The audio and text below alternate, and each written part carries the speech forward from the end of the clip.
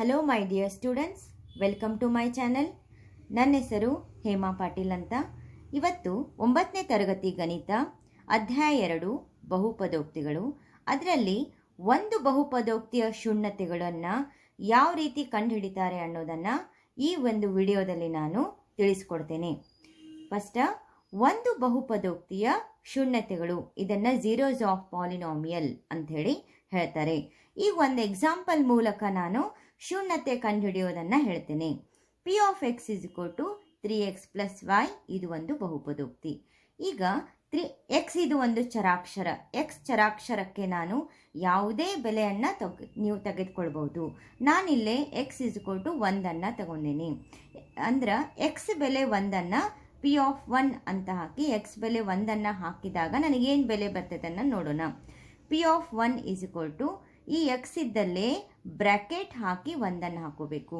ಯಾಕಂದರೆ ಇದು 3 ಗುಣಲೇ ಎಕ್ಸ್ ಇರ್ತದ. ಆದ್ದರಿಂದ ಬೆಲೆಯನ್ನು ನಾವು ಹಾಕುವಾಗ ಬ್ರ್ಯಾಕೆಟ್ ಹಾಕಿದಾಗ 3 ಗುಂಡ್ಲೆ 1 ಅಂತ ಆಗ್ತದೆ. 3 1 3 ಪ್ಲಸ್ 9 ಹಾಗೆ ಬರ್ಕೊಂಡು 9 ಪ್ಲಸ್ 3 ಎಷ್ಟಾಯಿತು? 12.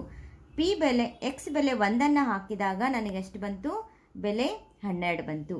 ಈಗ ನಾನು ಎಕ್ಸ್ ಇಸ್ಕೊಲ್ ಟು -1 ಅಂತ ತಗೊತೀನಿ. ಯಾವುದು ಬೆಲೆ ತಗೋಬಹುದು? ಪಿ ಆಫ್ -1 ಇಸ್ಕೊಟ್ಟು, ಅಂದರೆ ಎಕ್ಸ್ ಇದ್ದಲ್ಲೇ ನಾನೇನು ಹಾಕಬೇಕೀಗ? -1. ಆದ್ದರಿಂದ ಪಿ ಆಫ್ -1 ಇಸ್ಕೊಟ್ಟು 3 ಬ್ರ್ಯಾಕೆಟ್ ಹಾಕಿ -1. 3 ಗುಂಡ್ಲೆ -1 ಅಂದರೆ -3 ಪ್ಲಸ್ 9. 9ರಲ್ಲಿ -3 ಕಳೆದ್ರೆ ಎಷ್ಟಾಯಿತು? 6. ಈಗ ಎಕ್ಸ್ ಬೆಲೆಯನ್ನು 3 -3 ಹಾಕಿ ಬೆಲೆ ಏನು ಬರ್ತೈತೆ ಅನ್ನೋದನ್ನು ನೋಡೋಣ.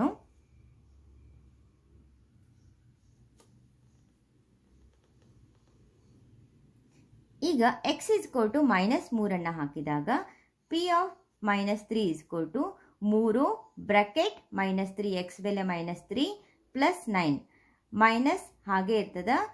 3 3 9 ಪ್ಲಸ್ 9. -9ರಲ್ಲಿ ಪ್ಲಸ್ 9 ಕಳೆದ್ರೆ ಎಷ್ಟು ಬಂತು ನಮಗೆ? 0 ಬಂತು. ಅಂದ್ರೆ ಪಿ ಆಫ್ -3 ಎಕ್ಸ್ ಬೆಲೆ -3 ನಾನು ಹಾಕಿದಾಗ ನನಗೆ ಈ ಬಹುಪದೋಕ್ತಿಯ ಬೆಲೆ ಏನು ಬಂತು? 0 ಬಂತು.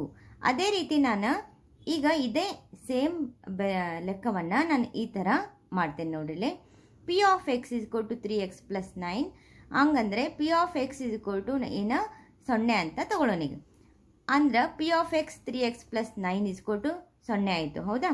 ಈಗ ಎಕ್ಸ್ ಬೆಲೆ ಕಂಡುಹಿಡಿಯೋಣ. ಇದರಲ್ಲಿ 3x ಇಟ್ಕೊಳ್ಳೋಣ. ಹಾಗೆ ಲೆಫ್ಟ್ ಹ್ಯಾಂಡ್ ಸೈಡಲ್ಲಿ ಇಸ್ಕೊಟ್ಟು ರೈಟ್ ಹ್ಯಾಂಡ್ ಸೈಡಲ್ಲಿ ಪ್ಲಸ್ 9 ಇದ್ದು ಈ ಸೈಡ್ ಬಂದ್ರೆ -9 ಆಯಿತು. ಆದ್ದರಿಂದ ಎಕ್ಸ್ ಇಸ್ ಇಕ್ವಲ್ ಟು -9 ಇಟ್ಕೊಂಡು ಇದು 3 ಗುಣಾಕಾರ ಐತಿ. ಈ ಸೈಡ್ ಬಂದಾಗ ಏನಾಗ್ತೈತಿ? ಭಾಗಾಕಾರ. 3 1 3 3 9 ಆಯಿತು. ಅಂದ್ರೆ -3 ಎಕ್ಸ್ ಬೆಲೆ -3 ಬಂತು. ಅಂದ್ರೆ ನನಗೆ ಎಕ್ಸ್ ಬೆಲೆ -3 ಹಾಕಿದಾಗ ಇದೇ ಲೆಕ್ಕ 0 ಬಂತಲ್ಲ. ಅಂದ್ರೆ ಎಕ್ಸ್ ಬೆಲೆ -3 ಹಾಕಿದಾಗ ನನಗೇನು ಬರ್ತೈತಿ? 0 ಬರ್ತೈತಿ ಅನ್ನೋದನ್ನು ಈ ಒಂದು ಉದಾಹರಣೆ ಮೂಲಕ ನಾವು ತಿಳ್ಕೊಂಡ್ವಿ. ಅಂದರೆ ಏನಪ್ಪ ಅಂತಂದರೆ ಪಿ ಆಫ್ -3 ಇಸ್ಕೊಲ್ ಟು 0 ಆಗಿರುವುದರಿಂದ -3 ಇದು ಏನಾಯ್ತಪ್ಪ? ಈ ಬಹುಪದೋಕ್ತಿ ಪಿ ಆಫ್ ಎಕ್ಸ್ನ ಶೂನ್ಯತೆ ಅಂಥೇಳಿ ನಾವೇನು ಮಾಡ್ತೇವೆ? ಅದನ್ನು ಕರಿತೇವೆ. ಏನಂತ ಕರಿತೇವೆ ಅದನ್ನು? ಶೂನ್ಯತೆ. ಅಂದ್ರೆ ಯಾವಾಗ ನನಗೆ ಎಕ್ಸ್ ಇಸ್ಕೊಲ್ ಟು -3 ಬೆಲೆಯನ್ನು ಹಾಕಿದಾಗ 3x ಪ್ಲಸ್ 9 ಇದೇನು ಬಂತು? 0 ಬಂತು. ಅದಕ್ಕೆ ನಾವೇನಂತ ಕರಿತೀವಿ? ಪಿ ಆಫ್ ಎಕ್ಸ್ನ ಶೂನ್ಯತೆ ಅಂಥೇಳಿ. -3 ಏನಂತೇವಿ? ಈ ಬಹುಪದೋಕ್ತಿ. ಯಾವ ಬಹುಪದೋಕ್ತಿ? 3x ಪ್ಲಸ್ 9 ಬಹುಪದೋಕ್ತಿಯ ಶೂನ್ಯತೆ ಅಂಥೇಳಿ ನಾವು ಕರಿತೀವಿ. ಆದ್ದರಿಂದ ಇಲ್ಲಿ ಗಮನಿಸ್ರಿ, ಒಂದು P of x is equal to 0 ಆಗಿರುವುದರಿಂದ ಎಕ್ಸ್ ಅನ್ನು, ಅಂದರೆ ಎಕ್ಸ್ ಅಂದರೆ ಯಾವ ಬೆಲೆ ನಮಗೆ ಬರ್ತೈತಲ್ಲ ಆ ಬೆಲೆ ಇದು. ಎಕ್ಸ್ ಅನ್ನು ಆ ಬಹುಪದೋಕ್ತಿ ಪಿ ಆಫ್ ಎಕ್ಸ್ನ ಶೂನ್ಯತೆ ಅಂಥೇಳಿ ನಾವು ಕರಿತೀವಿ. ಈಗ ಪುಸ್ತಕದಲ್ಲಿ ಇರುವಂತಹ ಸಮಸ್ಯೆಗಳನ್ನು ನಾನು ಇಲ್ಲೇ ಬಿಡಿಸಿ ತೋರಿಸ್ತೇನೆ. ಎಕ್ಸ್ ಪ್ಲಸ್ 2 ಎಂಬ ಬಹುಪದೋಕ್ತಿಯ ಶೂನ್ಯತೆಗಳು -2 ಮತ್ತು 2 ಆಗಿವೆಯೇ ಎಂದು ಪರೀಕ್ಷೆ ಮಾಡ್ರಿ ಅಂತ ಹೇಳಿದ್ದಾರೆ. ಇಲ್ಲಿ ಎಕ್ಸ್ ಪ್ಲಸ್ 2 ಏನಿದೆ? ಒಂದು ಬಹುಪದೋಕ್ತಿ. ನಮಗೆ ಶೂನ್ಯತೆಗಳನ್ನು ಕೊಟ್ಟಾರ. -2 ಕೊಟ್ಟಾರು ಮತ್ತು 2 ಕೊಟ್ಟಾರ. ಈಗ ನಾವು ಪರೀಕ್ಷೆ ಮಾಡಬೇಕು. P of x is equal to x plus 2 ಅಂತ ಬರ್ಕೊಳ್ಳೋನು. ಫಸ್ಟ್ ಎಕ್ಸ್ ಬೆಲೆಯನ್ನು ನಾನು ಶೂನ್ಯತೆ ನನಗೆ 2 ಕೊಟ್ಟಾರಲ್ಲ, ಎಕ್ಸ್ ಬೆಲೆ ಎರಡನ್ನು ಎಕ್ಸ್ ಬೆಲೆಯನ್ನು ಎರಡನ್ನು ಹಾಕಿ ನೋಡ್ತೇನೆ. ಅಂದ್ರೆ ಪಿ ಆಫ್ 2 ಇಸ್ಕೊಟ್ಟು ಎಲ್ಲಿ ಎಕ್ಸ್ ಇದೆಯಲ್ಲ ಅಲ್ಲಿ ನಾನೇನು ಹಾಕ್ತೇನೆ 2 + 2 ಎಷ್ಟಾಯಿತು 4 ಆಯಿತು. ಈಗ ಅದೇ ಎಕ್ಸ್ ಬೆಲೆ ನಾನು -2 ಹಾಕಿ ನೋಡ್ತೇನೆ. ಪಿ ಆಫ್ -2 ಇಸ್ಕೊಟ್ಟು ಎಕ್ಸ್ + 2 ಇದ್ದಲ್ಲಿ ಎಕ್ಸ್ ಇದ್ದಲ್ಲಿ -2 + 2 ಹಾಕಿದಾಗ ಏನು ಬಂತು 0 ಬಂತು. ಅಂದ್ರೆ ನಮಗೆ ಎಕ್ಸ್ ಬೆಲೆ -2 ಈ ಒಂದು ಬಹುಪದೋಕ್ತಿಗೆ ಎಕ್ಸ್ ಬೆಲೆ -2 ಹಾಕಿದಾಗ ಏನು ಬಂತು 0 ಬಂತು. ಅಂದ್ರೆ -2 ಏನಾಯ್ತದು ಈ ಬಹುಪದೋಕ್ತಿಯ ಶೂನ್ಯತೆ ಆಯಿತು. ಆದ್ದರಿಂದ ನಾನೇನು ಬರ್ಕೋತೇನೆ ಇಲ್ಲಿ ಪಿ ಆಫ್ -2 = 0 ಆಗಿರುವುದರಿಂದ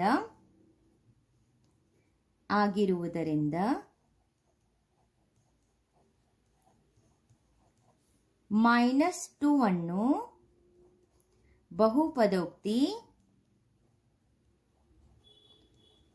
ಯಾವ ಬಹುಪದೋಕ್ತಿ ಅದ ಪಿ ಆಫ್ ಎಕ್ಸ್ = x + 2 ಬಹುಪದೋಕ್ತಿ ಪಿ ಆಫ್ ಎಕ್ಸ್ = x + 2ನ ಶೂನ್ಯತೆ ಅಂಥೇಳಿ ನಾವು ಕರಿತೀವಿ.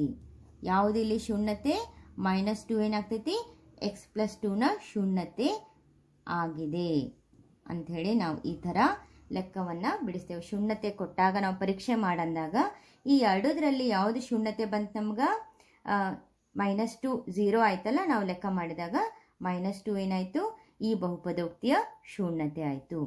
ಇನ್ನು ನೆಕ್ಸ್ಟ್ ಇನ್ನೊಂದು ಉದಾಹರಣೆ ನೋಡೋಣ. ಪಿ ಆಫ್ ಎಕ್ಸ್ = 2x + 1 ಈ ಬಹುಪದೋಕ್ತಿಯ ಶೂನ್ಯತೆ ಕಂಡುಹಿಡಿಯಿರಿ ಅಂತ ಹೇಳಿದ್ದಾರೆ. ಈಗ ಹೆಂಗೆ ಮಾಡೋದು ನೋಡೋಣ. P of x = 2x + 1. ಈಗ ನಾನೇನು ಬರ್ಕೋತೀನಿ ಪಿ ಆಫ್ ಎಕ್ಸ್ = 0 ಅಂತ ಬರ್ಕೊತೀನಿ. 0 ಬರ್ಕೊಂಡ ಪಿ ಆಫ್ ಎಕ್ಸ್ ಅಂದರೆ ಏನು ಬರ್ಕೋತೀನಿ ಇಲ್ಲೇ 2x + 1 = 0 ಆಯಿತು. ಈಗ ಎಕ್ಸ್ ಬೆಲೆ ಕಂಡುಹಿಡಿಬೇಕಲ್ಲ ನಾ ಅದಕ್ಕೆ 2x = ಈ +1 ಈ ಸೈಡ್ ಬಂದಾಗ ಏನಾಗ್ತೈತಿ -1 ಆಯಿತು. ಆದ್ದರಿಂದ ಎಕ್ಸ್ = -1 ರೈಟ್ ಹ್ಯಾಂಡ್ ಸೈಡ್ ಹಾಗೆ ಇರಲಿ, ಇದು ಲೆಫ್ಟ್ ಹ್ಯಾಂಡ್ ಸೈಡಲ್ಲಿ 2 ಗುಣಾಕಾರ ಐತಿ, ಈ ಸೈಡ್ ಬಂದಾಗ ಭಾಗಾಕಾರ ಆಯಿತು. ಅಂದ್ರೆ ಎಕ್ಸ್ ಬೆಲೆ ಏನು ಬಂತು ನಮ್ಗೆ ಇದು ಶೂನ್ಯತೆ ಇದೆ. ಶೂನ್ಯತೆ ಏನು ಬಂತು ಎಕ್ಸ್ = 1/-1/2. ಈಗ ನೋಡೋಣ ಅದು 0 ಬರ್ತೈತೇನೆ ಚೆಕ್ ಮಾಡೋಣ ಅಂತ. ಪಿ ಆಫ್ ಎಕ್ಸ್ = ಇದು ಮಾಡಬೇಕಂತೇನಿಲ್ಲ, ನಾವು ಮಾಡಿ ತೋರಿಸ್ತಾ ಇರೋದಷ್ಟೇ. ಅಂದರೆ ಎಕ್ಸ್ ಬೆಲೆ -1/2 ಅನ್ನು ಪಿ ಆಫ್ ಬೆಲೆ ಎಕ್ಸ್ ಬೆಲೆ -1/2 ಹಾಕೋನು.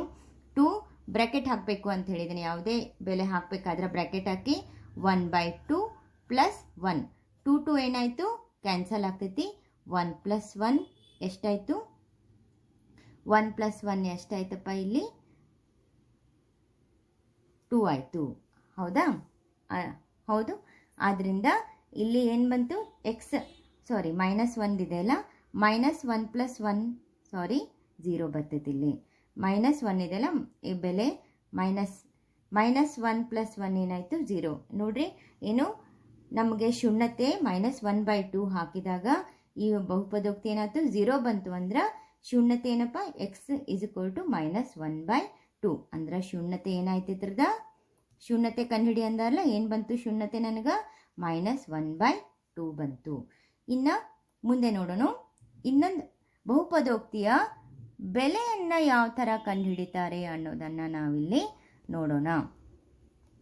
ಈಗ ಇಲ್ಲಿ ನೋಡ್ರಿ ವ್ಯಾಲ್ಯೂ ಆಫ್ ಪಾಲಿನಾಮಿಯಲ್ ಹೆಂಗೆ ಕಂಡುಹಿಡಿತಾರೆ. P of x = 5x² - 3x + 7 ಇದು ಒಂದು ಬಹುಪದೋಕ್ತಿ. ಈಗ ಎಕ್ಸ್ ಬೆಲೆ ಕೊಟ್ಟಿದ್ದಾರೆ x = 1 ಕೊಟ್ಟಾಗ ನಮ್ಗೆ ಈ ಬಹುಪದೋಕ್ತಿ ಬೆಲೆ ಕಂಡುಹಿಡಿ ಅಂದಾರೆ. ಅದಕ್ಕೆ ನಾನು ಏನು ಬರ್ಕೋತೀನಿ ಇಲ್ಲಿ ಪಿ ಆಫ್ 1 = ಅಂದರೆ ಎಲ್ಲೆಲ್ಲಿ ಎಕ್ಸ್ ಇದೆಯಲ್ಲ ಅಲ್ಲಲ್ಲಿ ಏನು ಹಾಕ್ತೀನಿ ನಾನು 1 ಹಾಕ್ತೀನಿ. 5 ಬ್ರ್ಯಾಕೆಟ್ 1² - 3 × ಬ್ರ್ಯಾಕೆಟ್ 1 + 7 5 ಹಾಗೆ ಇರಲಿ. 1ರ ವರ್ಗ ಎಷ್ಟಾಯಿತು 1 -3 × 1 ಇಲ್ಲಿ ಗುಣಾಕಾರ ಮಾಡಬೇಕು 2 3 1 3 + 7 ಆಮೇಲೆ 5 × 1 5 -3 + 7 ಈಗ 5ರಲ್ಲಿ 3 ಕಳಿಬೋದು ಅಥವಾ 7 + 5 ಅನ್ನು ಕೂಡ, ಯಾಕಂದರೆ ಇಲ್ಲಿ ಹಿಂದೆ 5ರ ಹಿಂದೆ ಪ್ಲಸ್ ಇರ್ತೈತಿ. 7 + 5 ಎಷ್ಟಾಯಿತು 12. 12ರಲ್ಲಿ ನಾವೇನು ಮಾಡೋಣ 3 ಕಳೆಯೋಣ. ಎಷ್ಟು ಬಂತಪ್ಪ 9. ಆದ್ದರಿಂದ ನಮಗೆ ಪಿ ಆಫ್ 1 ಬೆಲೆಯನ್ನು ಹಾಕಿದಾಗ ನಮಗಿಲ್ಲಿ ಬೆಲೆ ಏನು ಬಂತು 9. ಎಕ್ಸ್ ಬೆಲೆ 1 ಕೊಟ್ಟಾಗ ನನಗೆ ಬೆಲೆ ಈ ಥರ ಬಂತು. ಹಾಗಾಗಿ ಇವತ್ತು ನಾವೇನ ಒಂದು ಬಹುಪದೋಕ್ತಿಯ ಶೂನ್ಯತೆ ಹೆಂಗೆ ಕಂಡುಹಿಡಿಯೋದು ಮತ್ತು ಬಹುಪದೋಕ್ತಿಯ ಬೆಲೆ ಹೆಂಗೆ ಕಂಡುಹಿಡಿಯೋದು ಅನ್ನೋದನ್ನು ಈ ಒಂದು ವಿಡಿಯೋದಲ್ಲಿ ನಾನು ಹೇಳಿಕೊಟ್ಟಿದ್ದೇನೆ. ಮತ್ತು ನಾನು ಕಂಪ್ಲೀಟ್ ವಿಡಿಯೋವನ್ನು ನೋಡಿದ್ದಕ್ಕಾಗಿ ಧನ್ಯವಾದಗಳನ್ನು ಹೇಳ್ತಾ ನನ್ನ ಒಂದು ವಿಡಿಯೋವನ್ನು ಮುಕ್ತಾಯಗೊಳಿಸಿ ಮುಂದಿನ ವಿಡಿಯೋಕ್ಕೆ ಭೇಟಿಯಾಗೋಣ.